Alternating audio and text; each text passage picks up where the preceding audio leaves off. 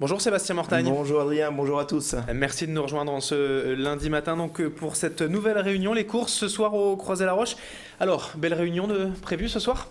Oui, tout à fait. Donc, sur son heure habituelle de 18h50, l'hippodrome des Flandres proposera 7 courses au programme, 6 courses aux 3 attelés et une autre montée, un peu comme celle de la semaine dernière.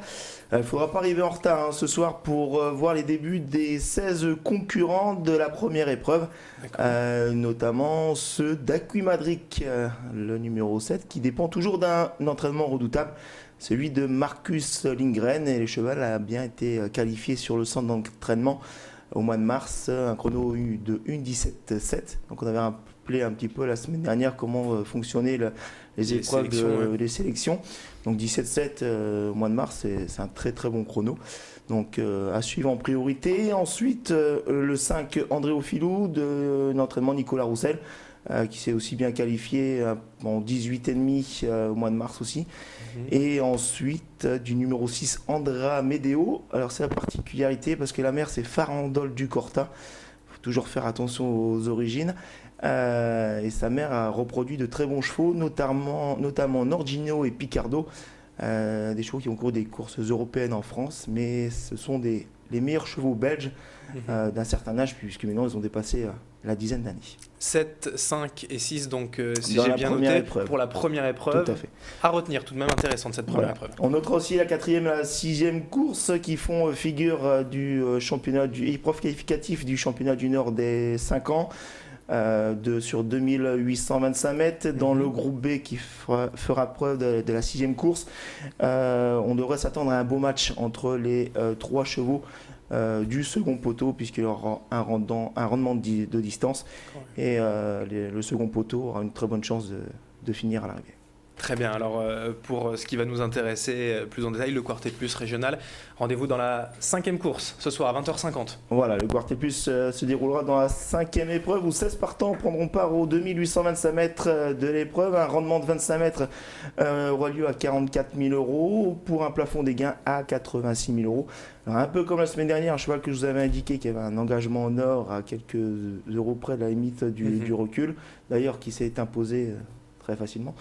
Un cheval retient aussi l'intention sur son engagement, c'est le 16 Terrascotia, doté de 85 930 €. Celui-là partira aux 25 mètres. C'est 2 performances de l'année, 3e et 1er, donc en pleine forme.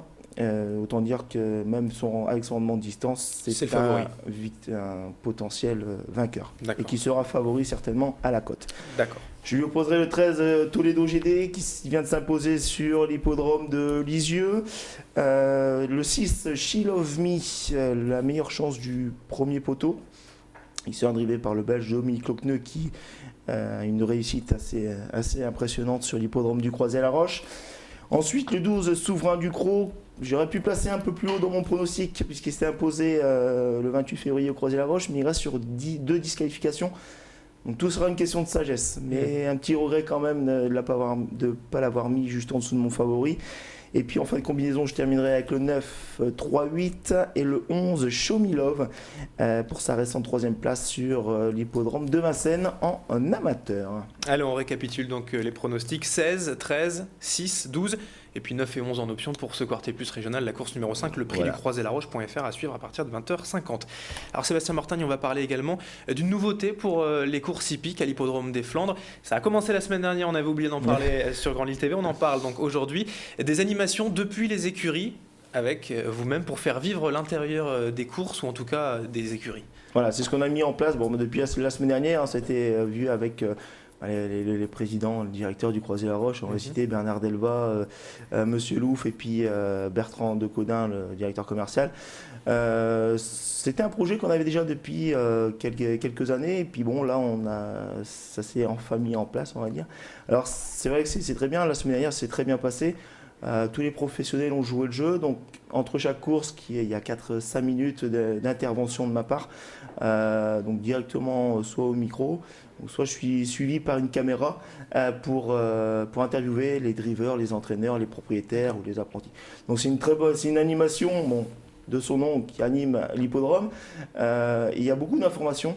Donc les gens qui sont un peu perdus dans dans leurs courses, dans leurs pronostics, ont les informations en direct sur les chances. Donc oui, c'est vraiment un peu comme l'homme de terrain. Souvent, on voit à la télévision, au football, on voit le journaliste sur le terrain qui va au plus près des entraîneurs, des joueurs. C'est un peu le même rôle en fait. Je suis pas encore le Paganelli du foot. Mais c'est ça un peu l'idée quand même. Voilà, tout à fait. Entre parenthèses, on appelle ça un voltigeur. D'accord. C'est sur la chaîne des courses.